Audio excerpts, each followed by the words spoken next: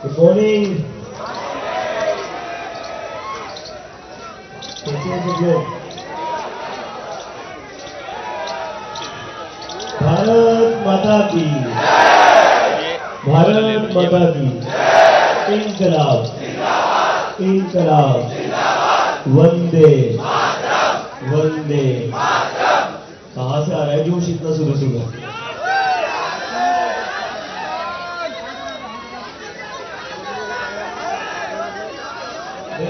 लोग बैठे हुए बैठ जाइए। आप लोग पूरी रात जागे थे। नाइट आउट पर नाइट आउट चल रहे हैं यहाँ पर। मेरी भी थोड़ी तबीयत खराब थी तो मैं दवाई खाकर सो गया था। तो अभी आप लोग यहाँ पर रुके हुए हो। मुझे पता है यार इंटरनेट नहीं चल रहा है, इसलिए आप लोगों को पता नहीं होगा देश भर में क्या चल रहा है। देश भर में लोग अपने आप से प्रोटेस्ट शुरू कर रहे हैं। कल मुंबई में बहुत बड़ा प्रोटेस्ट हुआ और उस प्रोटेस्ट को भी रोकने की कोशिश की पुलिस द्वारा, लेकिन वो प्रोटेस्ट भी नहीं रुका। वहां पर भी मतलब हजारों लोगों ने प्रोटेस्ट करा। और मिजोरम में भी हुआ, मिजोरम में हुआ है, बैंगलोर में प्रोटेस्ट ऑलरेडी चल रहा है, चेन्नई में भी चल रहा है, बिहार बिहार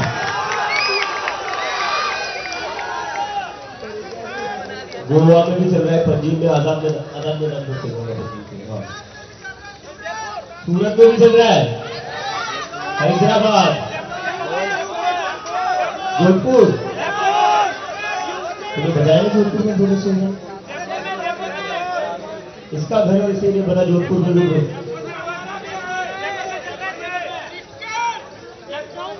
सर अब बैठ जाइए, आपको लगी हुई है, मतलब लगने के बाद इतना घूम रहे जितना मेरे घूम रहे हो। फिर जाइए आप। इंदौर में भी चल रहा है। तो देखिए मुझे पता है आप लोगों को मतलब कभी लग रहा होगा नेक्स्ट प्लान ऑफ एक्शन कब है, क्या है, कब तक यहाँ पर बैठे रहना है और यहाँ बैठे रहकर करना क्या है। लेकिन आपके यहाँ बैठे रहने की वजह से पूरे देश भर में प्रोटेस्ट हो रहे हैं। तो बैठे रहना अपने आप में एक बहुत बड़ा काम है, बहुत बड़ा मैसेज है। आपको पता है ये वही जंतर मंतर है जहां पर पिछले कुछ साल से 5 बजे के बाद प्रोटेस्ट नहीं करने दिया जाता था। एक दिन में बस आपको 6 घंटे के लिए साइड, मतलब पता नहीं मोदी जी को चीजें बंद करने के लिए चुना है या चीजें अच्छी करने के लिए चुना है। पहले तो बस ये मूवीज बैन करते थे, अब मेट्रो बैन करने लग गए, इंटरनेट बैन करने लग गए। इंटरनेट तो बहुत पहले से बैन करते हैं, कश्मीर वालों को तो पता ही होगा। अब खुद की बारी है, अब बीजेपी बैन होगी। लेकिन देखिए मैं आप लोगों को अभी वही कहना चाहता हूँ, क्योंकि क्या है ना, बहुत लोगों को ऐसा लगता है कि बैठे रहने के बाद थोड़ा रेस्टलेस हो जाते हैं कि यार कब तक बैठे रहना है, क्या करना है। यहाँ पर कितने लोग इस हफ्ते में पहली बार आए, कितने लोग इस हफ्ते में पहली बार आए, हाथ खड़े कर दीजिए। तो मेजोरिटी कल रात में, आज कितनी बार पहली बार आए? आज तो मेजोरिटी ऑफ द क्राउड पहली बार आया। अब आपके दिमाग में ये सवाल आए ना कि यार कब तक बैठना है, यहाँ पर बस दिखाकर ही रख रहे हैं और कुछ हो नहीं रहा है। बस इतना सोच लेना, हम लोग 34 दिन से यहीं पर और यहीं सो रहे हैं। कोई दिक्कत नहीं है। मैं जब आई लव यू टू भाई, आई लव यू टू।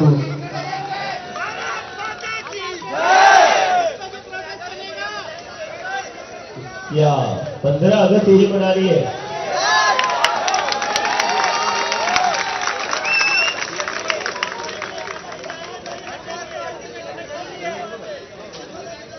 इस्तीफा लेकर जाना, बिना इस्तीफे नहीं करना है यहाँ से। बिल्कुल बिल्कुल। तो देखो और रेजिलियंस में बड़ी ताकत होती है। इतना मैंने 30 दिनों में सीख लिया। अभी का है। अभी अभी का है। जो से बात धीरे सर चल तो रहे। देखिए धैर्य में बड़ी ताकत होती है, शरीर में बड़ी ताकत होती है। मैंने 30 दिनों में सीख लिया। कैसे? ये पहले आते थे हमें परेशान करने के लिए, तो हम भी नए नए थे, हमें ज्यादा पता नहीं था, तो हम लोग भी पैनिक कर जाते थे कि नहीं यार ये लोग हमारे साथ ऐसे कैसे कर सकते हैं, ये लोग इतने खराब होते हैं, ये होते हैं पुलिस वाले ऐसे। ये हमें 10-15 दिन तक हमारे साथ हुआ, जहां पर अगर हमें बहुत बार परेशान करते थे और बहुत बार रिएक्ट करते थे। कई बार मन में आता था कि यार ऐसे बैठे रहने से तो नहीं चलेगा, ऐसे बैठे रहेंगे तो यहीं पर फंस जाएंगे, ऐसे बैठे रहेंगे तो इन लोगों ने हमें ट्रैप कर लिया, क्योंकि हमने यहाँ से कोई बात नहीं, एंजॉय करते हैं, कर देंगे। तो ये हमारे दिमाग में कई बार आया, कई बार आशु में और हमारी टीम में डिस्कस करते थे कि भाई हम तो अब जंतर मंतर पर फंस चुके हैं, क्योंकि यहाँ पर बस बैठे ही रह रहे हैं, कुछ हो नहीं रहा है। लेकिन पिछले एक हफ्ते में जो हुआ है उससे हमें एक पता चला कि अगर हम यहाँ नहीं बैठते तो जो पूरे देश भर से लाखों की तादाद में लोग आए थे ना, वो नहीं आते।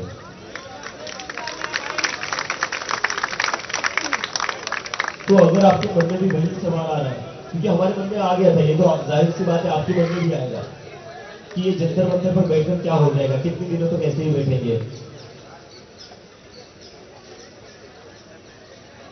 कौन सा?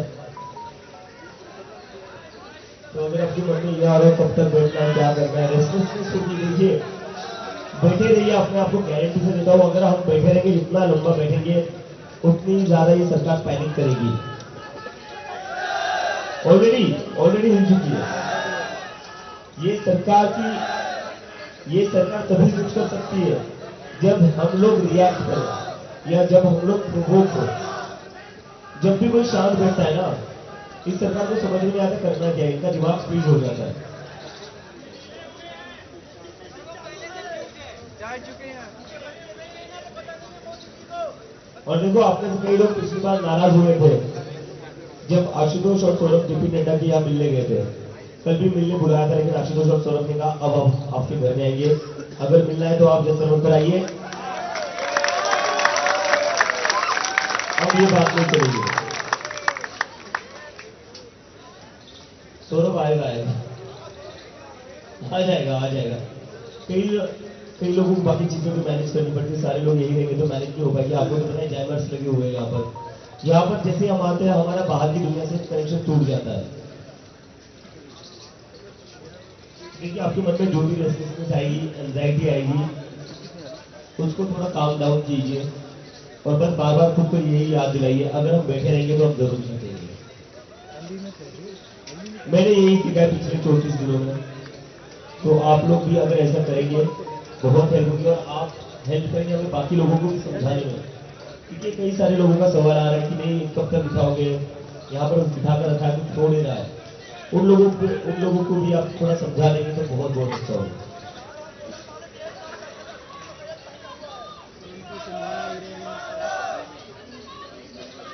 इस्तीफा दो।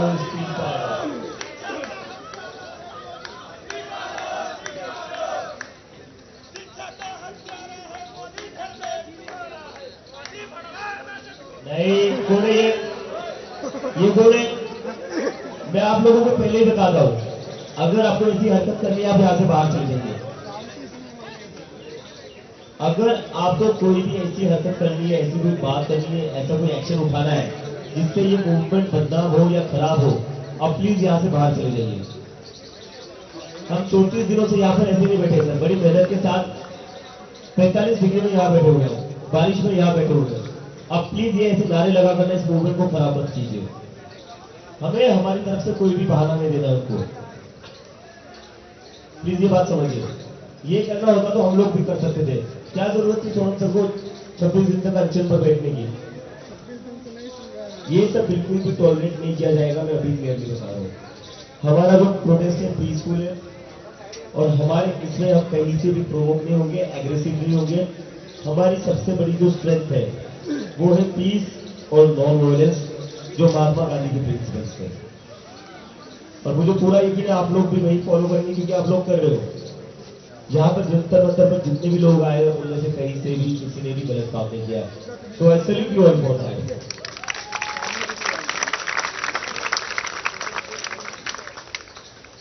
अगर अभी आप लोगों की परमिशन है तो मैं नहाकर आ जाऊं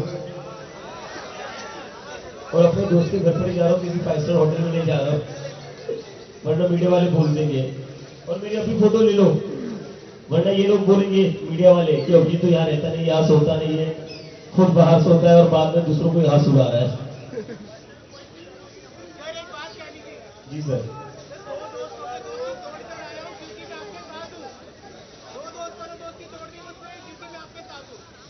बहुत बहुत शुक्रिया।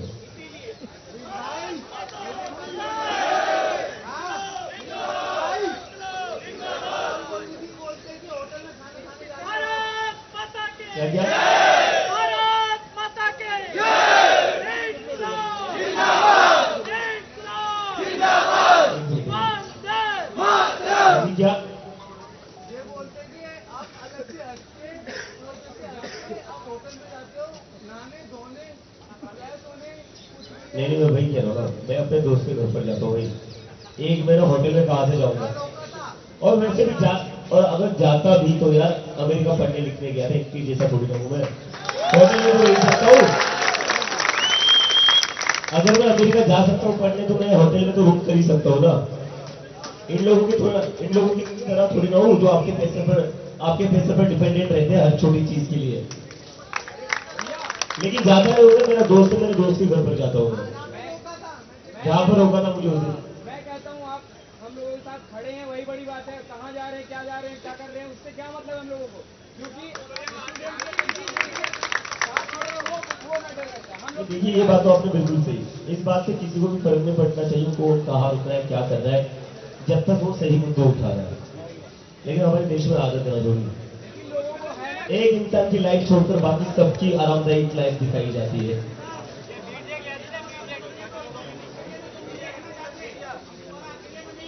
क्या सर?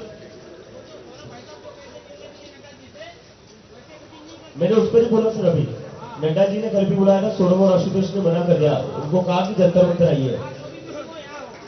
यस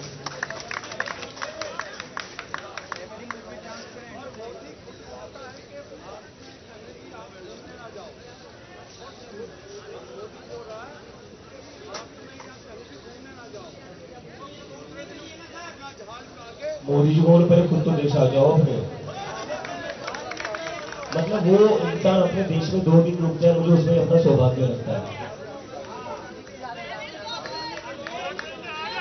उसका प्यार देश में नहीं देश के बाहर है।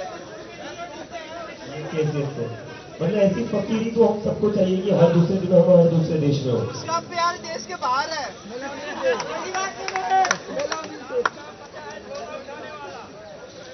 उठवा देंगे।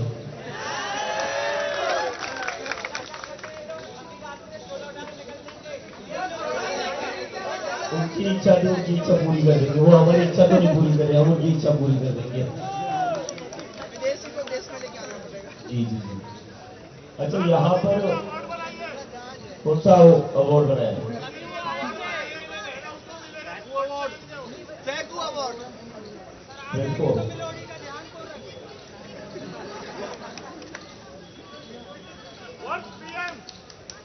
Of Indian history. नहीं, ये बात तो जिस तरह से इन्होंने लड़कियों को पीटा पुलिस ने, मुझे तो नहीं लगता उसके बाद वो प्रधानमंत्री के लाने के लायक है। मैं ये पूरी सीरियसनेस के साथ कह रहा हूं। मतलब इस देश में बहुत अच्छे पीएम भी देखे, कुछ खराब पीएम भी देखे होंगे, लेकिन इतना बुज़दिल और कायर पीएम ने देखा है जो छोटी बच्चियों को मारने को हमने देखा है। हार जाते हैं।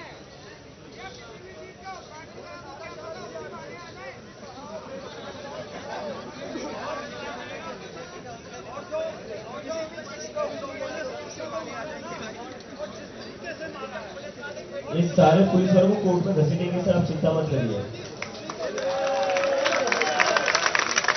सबके नाम और फोटो है हमारे पास, कलेक्ट कर रहे हम, एक एक को कोर्ट में घसीटेंगे। एबीपी माझा, उघडा डोळे बघा नीट।